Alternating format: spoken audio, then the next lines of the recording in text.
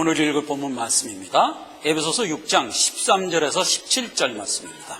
그러므로 하나님의 전신갑주를 취하라. 이는 악한 날에 너희가 능히 대적하고 모든 일을 행한 후에 서기 위함이라. 그런즉 서서 진리로 너희 허리띠를 띠고 의의 흉배를 붙이고 평안의 복음에 예비한 것으로 신을 신고 모든 것 위에 믿음의 방패를 가지고 이로써 능히 악한 자의 모든 화전을 소멸하고 구원의 투구와 성령의 검 곧 하나님의 말씀을 가지라.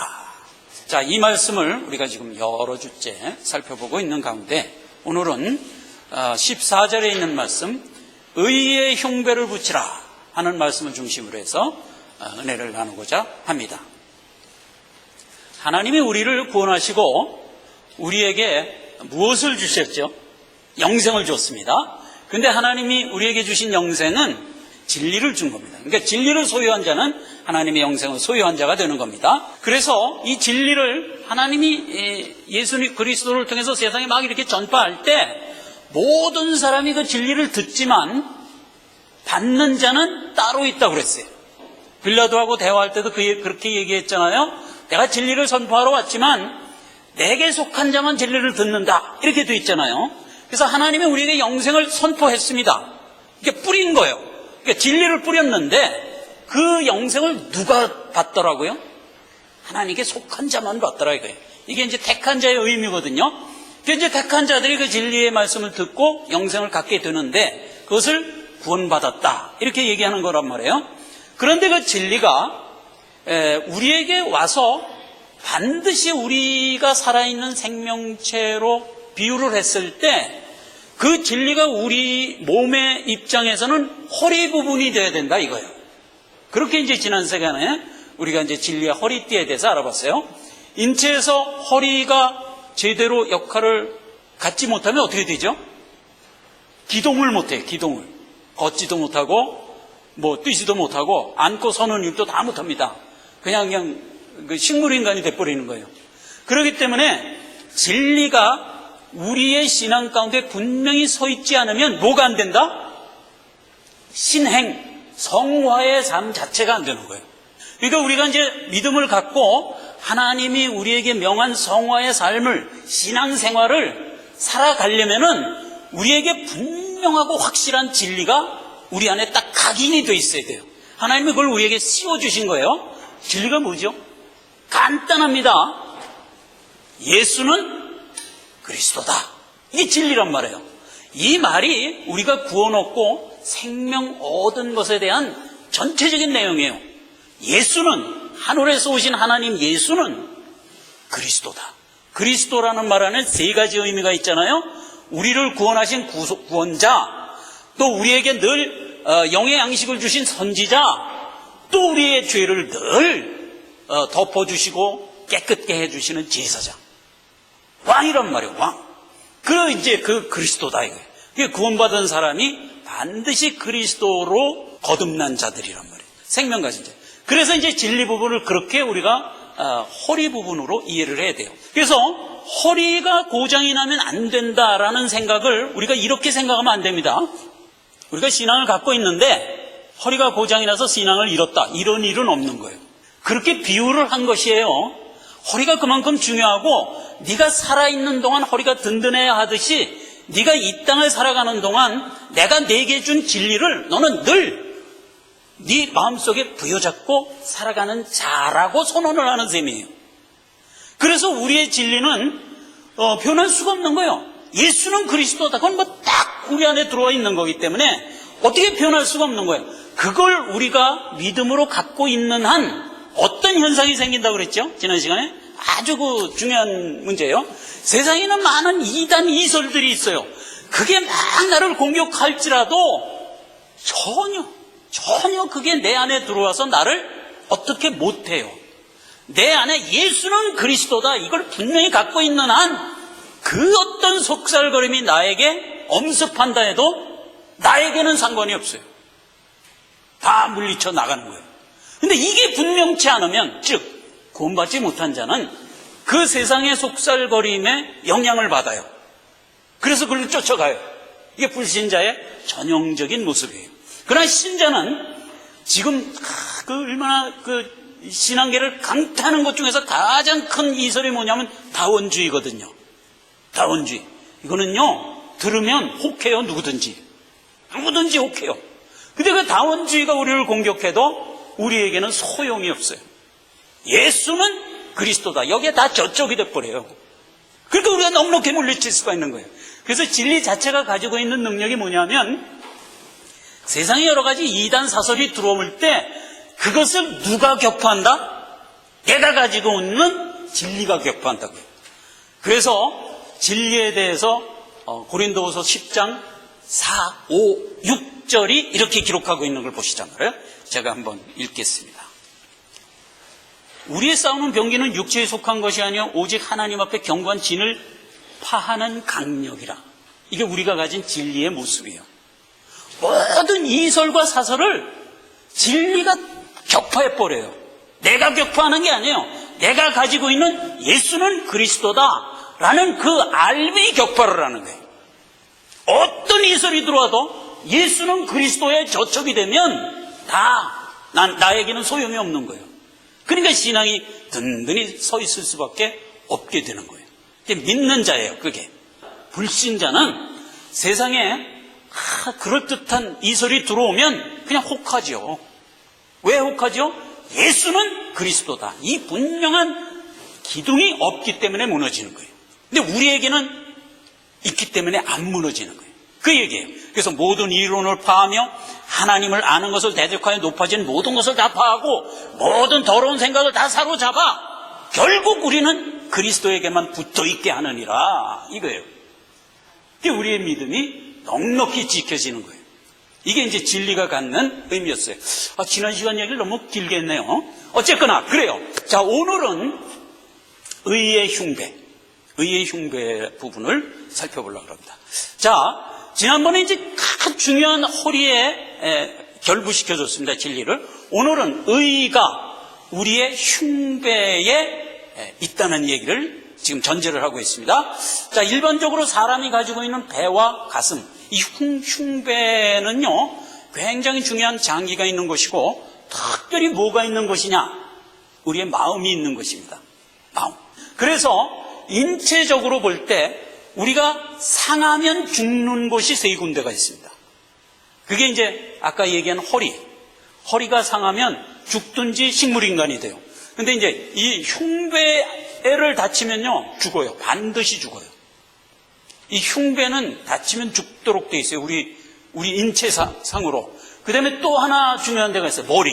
머리 다치면 죽죠. 이 세 군데를 하나님이 보호해 주세요.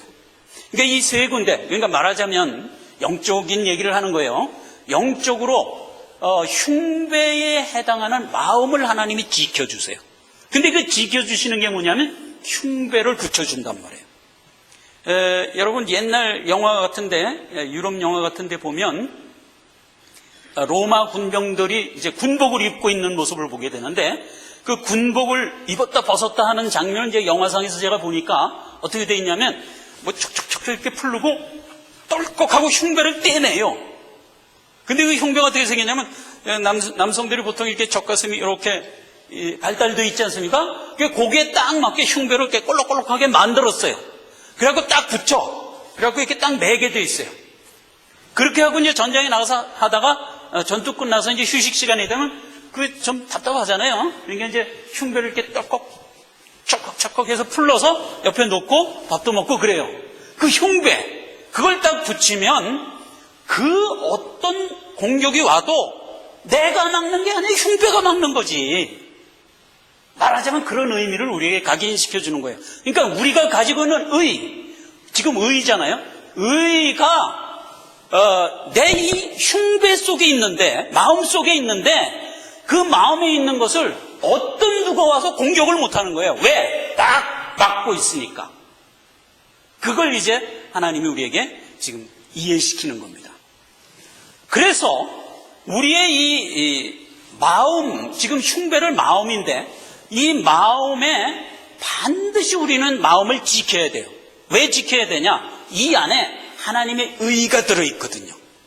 자, 하나님의 의가 뭐냐 하는 건 이제 조금 후에 제가 말씀을 드리겠습니다. 어쨌거나 하나님의 의가 들어있기 때문에 우리는 이 마음을 지켜야 돼요.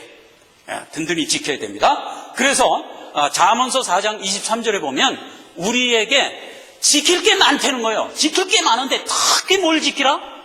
마음을 지키라. 그렇게 기록되어 있는 걸 보게 됩니다. 무릇 지킬 만한 것보다 더욱 내 마음을 지키라. 왜냐하면 생명의 근원이 거기에 있기 때문이다. 마음에 있기 때문이다. 우리가 믿음을 갖죠. 믿음을 갖으면 구원 얻은 자라고 그러잖아요. 그런데 그 믿음이 어디에 있나요, 지금? 마음에 있는 거예요. 마음에. 그래서 이제 로마서에 보면 동일한 얘기가 이렇게 되어 있죠. 마음으로 믿어 의에 이르고 입으로 시인하여 구원에 이른다. 이런 말이 있잖아요. 그러니까 이제 우리의 마음 속에 하나님이 주신 의가 딱 있기 때문에 우리는 믿음 가진 자, 영생 가진 자가 될 수 있는 거예요. 근데 그것이 우리의 마음 속에 있기 때문에 마음을 지켜라 이거예요. 네 마음을 네가 지켜라 이거예요. 내 마음이니까 내 마음대로 지키는 거죠. 지켜라 이거예요. 그런데 그 마음에 있는 의가, 그러니까 하나님이 주신 의가 내 마음속에 있을 때 나는 그 의가 나의 모든 일거수일투족의 근거가 된다는 거예요. 근거가. 그래서 이제 우리가 이런 생각도, 이런 일도 하고 저런 일도 하고 이렇게 결단도 하고 이렇게 결심도 하고 하는 모든 우리의 일거수일투족은 그 근거가 우리 속에 있는 의로부터 발원된다는 거죠. 예. 그러면 우리는 우리 마음속에 의가 있으니까 우리가 하는 모든 행동고지 하나하나는 그 자체가 신행이에요. 믿음 생활이에요. 크든지 작든지 믿음 생활. 그러니까 이게 성경이 이렇게 얘기하잖아요. 먹든지 마시든지 무엇을 하든지 다 우리가 걸어가고 집에서 청소하고 하는 이 모든 일이 우리 안에 의가 있으면 그 의 때문에 하는 일들이에요. 그래서 그 모든 크고 작은 일들로 하나님께 영광이 되는 거예요. 그게 신행이라고 그래요. 믿음 생활. 그 믿음 생활이 이어지는 거예요. 뭐 때문에 이어진다? 내 안에 있는 의 때문에 이어지는 거예요. 자, 그래서 마음과 관련해서 아주 중요한 두 가지 원칙을 지금 우리가 알아야 됩니다. 첫째, 우리의 마음은 반드시, 우리 이제 신자들에게 하는 얘기입니다. 신자들의 마음은 반드시 의로 채워져야만 합니다. 근데 이건 내가 의도적으로 노력해서 채워지는 게 아니라 하나님이 이미 넣어주셨어요. 그래서 우리는 반드시 우리 마음속에 하나님의 의를 가지고 있는 자들이라는 것을 잊지 말란 말이에요. 그거예요. 그 얘기를 말하자면 서술적으로 얘기하면 반드시 의로 내 마음을 채워라 라는 말하자면 본면의 말씀을 우리가 듣는 거죠. 원래는 하나님이 넣어주셨으니까 그걸 잊지 말라 이런 뜻이에요.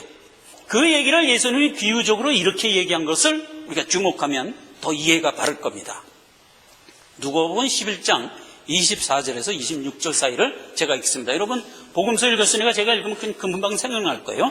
24절. 더러운 귀신이 사람에게서 나갔을 때 물 없는 곳으로 다니며 쉬기를 구하되 얻지 못하고 이에 가로되 내가 나온 내 집으로 들어가리라 하고 와 보니 그 집이 소재되고 수리되었거늘 이에 가서 저보다 악한 귀신 7을 데리고 들어가 거하니 그 사람의 나중 형편이 전보다 심해지니라. 이렇게 돼 있어요.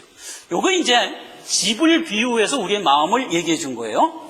그러니까 우리의 마음이 깨끗이 소재가 되어 있습니다. 깨끗이 소재가 되어 있으면 항상 사람의 마음은 누구든지 그 마음에 들어가고자 하는 두 본세가 있는 거예요. 하나는 뭐라? 하나님의 의. 또 하나는 세상신의 의. 세상신이 요구하는 의. 이 둘이 우리 마음을 점령하기 위해서 이렇게 애를 쓰는 거예요. 그랬을 때 만약 우리 마음에 하나님의 의가 없으면 어떻게 되냐? 그러면 당장 마귀의 의가 들어오죠. 그러면 당장 마귀의 의가 들어오는 겁니다. 그 얘기예요. 그러니까 우리 마음은 누군가에 의하여 채워지게 돼 있어요. 비어있는 법은 없어요. 그런데 하나님의 의가 채워졌느냐 마귀의 의가 채워졌느냐예요. 이게 이 싸움이에요. 그러니까 우리는 항상 우리의 마음은 무엇인가로 채워진다는 것을 인식하란 말이에요. 그래서 우리가 신앙생활을 하면서 우리 몸 자체가 아직은 죄된 몸의 형태잖아요. 우리가 죄인 되었을 때 하나님이 우리를 구원했잖아요. 그렇기 때문에 우리의 마음에 근본적으로 마귀 생각으로 꽉 차 있었어요. 원래. 하나님이 그걸 내쫓고 더 강한 하나님의 의를 넣어줘서 구원을 얻은 거예요, 우리가. 그래서 우리 마음에는 내 의지에 의하여, 하나님이 우리에게 의지 주신 이는 우리를 성화하기 위해서 주신 건데 또 하나님의 성품 자체이기도 하고, 그래서 이제 우리의 의지적으로 하나님이 우리에게 주신 의를 내가 더 굳건히 의지적으로 붙들겠다라고 하는 의지를 우리에게 키우게 하기 위하여 아직은 이 땅을 살아가는 동안 이 마음을 말하자면 꽉 하나님이 봉쇄하지 않으세요. 놔두세요. 그러니까 우리는 각자 우리가 결단하기 나름에 하나님의 의를 내가 더 의지할 것이냐, 세상에 있는 모든 속살거림을 내가 의지할 것이냐 하는 것을 내가 그때그때 결정하도록 하나님이 허락하세요. 그렇기 때문에 믿는 자들에게는 어떤 현상이 생기냐면 두 마음을 가질 수가 있어요. 근데 불신자들에게는 두 마음이 없어요. 그냥 세상 마음밖에 없어요. 근데 두 마음이 있다는 것이 뭐예요? 구원받았다는 증거예요. 불신자들에게는 두 마음이 없어요. 그냥 그 마음 전체가 다 세상 생각이에요. 근데 우리 신자에게만 하나님의 의가 있기 때문에 세상 생각도 동시에 있다. 그래서 두 마음이 있는 거예요. 그러니까 내게 두 마음이 있다. 하나님 왜 이랬다 저랬다고 신앙을 이렇게 한결같이 못 지키지? 벌써 이렇게 생각하는 그 사람은 구원받은 사람이에요. 불신자들은 절대로 그런 생각 안 하죠. 왜 나는 이렇게 예수 믿는 일에 이렇게 좋았다 나빴다 하지? 이런 생각 불신자는 아예 처음부터 안 하죠. 그냥 시종일관 세상 생각만 하는 거예요. 그러니까 두 마음이 있다는 것에서도 너무 좌절하지 말란 말이에요. 일단 두 마음이 내게 있거들랑 나는 구원받은 사람이 확실하구나 하는 걸 먼저 깨닫고, 그리고 내 의지로 내어 쫓을 그런 말하자면 에너지를 발하라 이거예요. 그래서 이제 성경은 여러 가지로 우리에게 교훈합니다. 두 마음과 관련해서 시편 119편 113편에 보면 내가 두 마음을 품는 자를 미워하고 주의 법을 사랑하나이다. 두 마음 품는 거 하나님이 절대로 기뻐하지 않습니다. 두 마음이 내게 있거들랑 항상 쫓아내라 말이에요. 그건 내 의지로 쫓아낼 수가 있어요. 얼마든지. 하나님이 내게 그런 능력을 줬어요. 나는 두 마음이 들어왔는데 내 능력으로 못 쫓아내겠다, 이런 법은 없어요. 내가 결심만 하면 쫓아내는 거예요. 그러니까 염려 말고 쫓아내라. 야고보서 1장 8절에 믿음으로 구하고 조금도 의심하지 말라. 두 마음을 품어 모든 일에 정함이 없는 자로다. 이랬어요.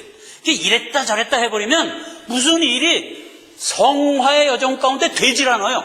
중간에 가다 자꾸 부러져요. 그러니까 그러지 말라는 거예요. 결단을 해서 하나님의 의지를 지키는 자가 되라. 그 다음에 누가복음 18장 9절에는 바리새인의 기도가 나오죠. 자기가 의롭다고 믿고 다른 사람을 멸시하는 자들이 이 비유로 말씀하시되 해갖고, 바리새인들의 생각은 아까 제가 일부러 대비하는 거예요. 불신자들에게는요 세상 마음밖에 없어요. 그러니까 두 마음 자체가 없어요. 그러니까 하고 있는 모든 일이 항상 자기가 최고예요. 자기가. 그러니까 남은 다 비하하고 무시하는 거예요. 그런 이제 세상 사람들의 삶의 태도고 이제 우리 보고 알려는 겁니다. 예를 들면 가롯 유다 같은 사람들 마음속에 예수님을 이제 좀 갖다 좀 팔아야 되겠는데 하는 생각 딱 했어요. 그때 그 상황을 영적으로 이렇게 표현한 걸 보게 됩니다. 마귀가 벌써 시몬의 아들 가롯 유다의 마음에 예수 팔 생각을 넣었더니 이렇게 돼 있어요. 예? 그게 이제 요한복음 13장 2절 말씀이에요. 넣었더니, 그랬더니 어떻게 됐어요? 최후의 만찬석상에서 유다가 뜩 일어나죠. 일어나 나가는 거예요. 그 왜 나갔어요? 이래서 나간 거예요. 마귀가 예수 팔 생각을 딱 넣어준 거예요. 그러니까 유다가 그 생각 딱 갖고 예수 팔아먹을 거야? 그러고 간 거예요. 가고 이제 대제사장한테 은 30 받고 내가 예수 어디 있는지 알려줄 테니까 은 30 주라. 줬잖아요. 지금쯤 예수님은 겟세마네 동산에서 기도할 시간인데, 그리고 거길 가잖아요. 그래서 저가 예수다 알려주잖아요. 잡혀가죠. 그런 이제 영적인 실태를 우리가 알려는 거예요. 우리 마음간에도 늘 그래요. 하나님이 우리에게 주신 의의 마음이 아닌 다른 마음을 품고 세상의 어떤 쾌락과 유익과 내 어떤 개인적인 유익을 위하여 자꾸 가고자 하는 마음이 우리에게 없을 수가 있어요. 그래서 이제 그렇게 가게 되거들랑 끝간데까지 가지 말라 말해요. 끝간데까지 가지 말고 하나님이 우리에게 주신 의에 귀한 그 하나님의 의를 부여잡고 뭐 한 발, 두 발, 세 발 뭐 갈 수가 있어요. 그러나 중간에 돌아오라 이거예요. 이렇게 가롯 유다처럼 끝내 저질러 버리지 말라 말이에요. 가다가 돌아오라 이거예요. 했다가도 회개하고 돌아오라 이거예요. 언제든지 우리는 하나님이 우리에게 주신 의를 간직하고 살아가는 것을 우리 신앙의 가장 기본적인 기둥으로 알고 살아가라 하는 얘기입니다. 자, 그러면 우리가 가지고 있는 의는 도대체 뭘까요? 그 의 자체가 하나님의 의라는 겁니다. 내 의가 아니에요. 하나님의 의라는 겁니다. 로마서 3장에 보면 죄된 우리와 하나님이 우리를 구원하신 것에 대하여 이렇게 서술하는 장면이 나오는 가운데 이런 말씀이 있습니다. 25절부터 읽겠습니다. 25절, 이 예수를 하나님이 그의 피로 인하여 믿음으로 말미암는 화목제물로 세우셨으니 이는 하나님께서 길이 참으시는 중에 전에 지은 죄를 간과하심으로 자기의 의로우심을 나타내려 하심이라. 26절, 곧 이때에 자기의 의로우심을 나타내사 자기도 의로우시며 또한 예수 믿는 자를 의롭다 하려 하심이라. 이렇게 기록하고 있습니다. 자, 보세요. 의, 그러면 하나님의 의라는 겁니다. 근데 내용을 보니까 이게 하나님의 의라는 거예요. 내 백성이 가지고 있는 죄를 하나님이 없는 것으로 빼버리고 없는 것으로 인정하여 간과해버리겠다는 거예요. 그렇게 하나님이 정하시고 그걸 하나님의 의라고 선포하는 겁니다. 이게 하나님의 의예요. 다시 얘기합니다. 하나님의 의가 뭐냐? 내 백성들의 죄를 없이 하여 없애버린 것, 이게 하나님의 의예요. 내가 했어요? 누가 했어요? 하나님이 했잖아요. 하나님이 하고 하나님이 그렇게 해서 이제부터 내 백성은 죄가 없다라고 선포해버리고 그걸 하나님이 하나님의 의다라고 정의해버린 거예요. 이해가 될 듯 말 듯 하세요? 아니요, 이해 못할 게 없어요. 하나님이 그렇게 했다니까요. 뭐 우리 얘기가 아닌 거예요. 지금 하나님이 자기가 한 얘기를 해놓고 자, 이게 내 의다 이렇게 선포를 했다니까요. 하나님이 선포했으면 그런 거지요 뭐. 네. 자, 그게 이제 하나님의 의예요. 근데 하나님이 그 일을 어떻게 했죠? 자기 자신을 우리의 죄를 몽땅 끌어안고 그 죄값은 내가 받아버렸단 말이에요. 그렇게 해서 없애버렸단 말이에요. 십자가의 대속이잖아요.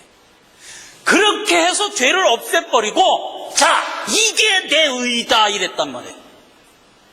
이게 내 의다 이랬단 말이에요. 그게 하나님의 의예요. 우리 의가 아니고 하나님의 의예요. 자, 그런데 그렇게 베푼 하나님의 의를 우리에게 선포를 했어요. 그랬더니 하나님의 택한 백성들이 마음으로 그 말을 듣고 그랬어요? 알았습니다 하고 믿더라 이거예요. 그 믿음을 하나님이 또 이번엔 그게 네 의다 이렇게 선언을 해주는 거예요. 그래서 내 마음속에 죄를 사함받았다는 생각을 믿게 만들었단 말이에요. 그런데 내가 내 죄를 사함받았다는 것은 원인이 어디에 있었다고요? 하나님에 있었다고요. 하나님이 그렇게 일을 하고 그것을 다 행하고 이게 하나님의 의다라고 말을 해서 그 하나님의 의를 우리에게 준 거예요. 그랬더니 내가 그 하나님의 의를 받고 그랬어요? 그러면 나는 지금 죄가 없네요. 이렇게 믿더라 이거예요. 그걸 하나님은 또 내 의라고 정해 주시는 겁니다. 더 설명이 필요합니까? 없죠. 이게 성경 말씀인 거예요. 그래서 하나님의 의가 내 안에 마음속에 딱 들어와서 자정하고 있는 겁니다. 내가 신앙생활을 하면서 수많은 엎어지고 잡혀지고 실족하는 일들이 늘 있어요. 아까도 그랬잖아요. 우리가 늘 두 마음이 있다고. 그건 불신자들에게 없는 마음이에요. 우리에게만 있는 거예요. 두 마음이 있어요. 그래서 이제 이쪽으로도 갔다가 이쪽으로도 갔다가 그러면서 원래 길은 이 길인데 막 곁길로 갔다 갔다 하면서 이 길을 이제 가고 있어요. 가는데 쭉 이 길로만 안 가고 자꾸 이렇게 소풍을 나가죠, 바깥으로. 소풍을 나갔다 들어왔다 하면서 이제 오고 있어요. 그런데 우리가 끝내 이 길을 고수하는 원인이 뭐죠? 나가보니까 별 볼 일 없거든요. 처음에는 육신의 쾌락에 의하여 가지만 그게 별 볼 일 없거든요. 그러니까 돌아오는 거예요. 또 나가보니까 또 별 볼 일 없거든요. 또 돌아오는 거예요. 신자들이 그래서 자꾸 나갔다 들어오고 또 나갔다 들어오고 그러는 거예요. 근데 그 들어오게 되는 원인이 뭐냐? 내 안에 하나님의 의가 딱 기둥으로 좌정하기 때문에 들어온다는 거예요. 그것 때문에 들어온다는 거예요. 내가 잘나서 들어오는 게 아니라는 거예요. 하나님이 우리에게 주신 믿음은 그렇게 능력이 있는 겁니다. 그 능력을 우리가 가지고 신앙생활을 할 때 우리가 여러 가지 실수와 죄책감들이 있어요. 그러면 그 죄책감들을 우리를 좌절케 못해요. 근데 여기서 극명하게 대비되는 게 뭐냐면 유다가 자살하는 거 보셨죠? 지가 한 실수를 어떻게 감당이 안 되니까 그냥 목매달아 죽어버렸어요. 그게 불신자들의 행태예요. 그러니까 불신자들은 자기가 가지고 있는 의, 내가 옳다고 생각하는 가치관을 갖고 살다가 실패를 하면 아무도 도와줄 사람이 없어요. 왜냐하면 그것이 근본적으로 내 생각이고 내 의였기 때문에. 그 책임을 내가 져야 돼요. 그러나 우리가 가지고 있는 의는 하나님이 내 죄를 깨끗게 했다는 하나님의 의거든요. 근데 그 의는 변할 수가 없는 의거든요. 그러니까 내가 비록 실수를 하여 발이 좀 더러워졌더라도 나는 다시 하나님의 의로 들어올 수밖에 없는 거예요. 들어올 수밖에 없는 거예요. 그러면 하나님은 언제든지 나를 의로 이끌어가게 하시는 분이다. 그래서 우리가 일평생을 살아가는 신앙생활은 어찌라 뒤치라 가면서 가도 끝내 그 의의 노선을 걸어서 마지막 선에 서도록 하나님이 하시고야 말더라 하는 얘기예요. 그게 우리가 가지고 있는 의예요. 우리가 이제 여기서 두 마음이라는 얘기가 나왔으니까 하나만 더 하고 말씀을 마치도록 하겠습니다. 두 마음이 이제 우리 안에 들어와서 하나님이 우리에게 베풀어 주신 의가 아닌 세상의 어떤 교훈에 의하여 갖게 되는 의를 우리가 가질 수가 있어요. 그랬을 때 특징이 뭐냐면 이런 특징을 가지고 있어요. 근거가 나에게 있어요. 무슨 일을 하는데 그 근거가 나에게 있으면 그게 세상 의예요. 우리가 이제 여기서 팍팍팍 속아요. 왜 속냐 하면 근거가 나에 있는 것이 꼭 악하지만 않아요. 아름답게 존재할 수가 있어요. 그런데 깊숙이 들어가 보면 결국 누구를 기쁘게 하기 위한 것이냐면 나를 기쁘게 하기 위한 것이었더라고요. 그게 신앙인들이 많이 속는 부분 중에 하나예요. 뭘 했어요? 아주 힘들고 어려운 일을 했어요. 봉사를 했어요. 그런데 그 결과가 나를 기쁘게 하는 것으로 끝이 났다면 근거가 나였던 거예요. 근거가 나였던 거예요. 그런데 하나님의 의는 그 일의 결과가 누가 기뻐하더라고요? 하나님이 기뻐하는 거예요. 그렇게 다른 거예요. 이게 동일한 봉사를 하고 동일한 헌신을 했어도 그 헌신 끝에 내가 기쁘냐 하나님이 기쁘냐를 위한 나의 기쁨이냐 요거를 우리가 구분할 줄 알아야 돼요. 그래서 근거가 나에게 있느냐를 늘 우리가 점검을 할 줄 알아야 돼요.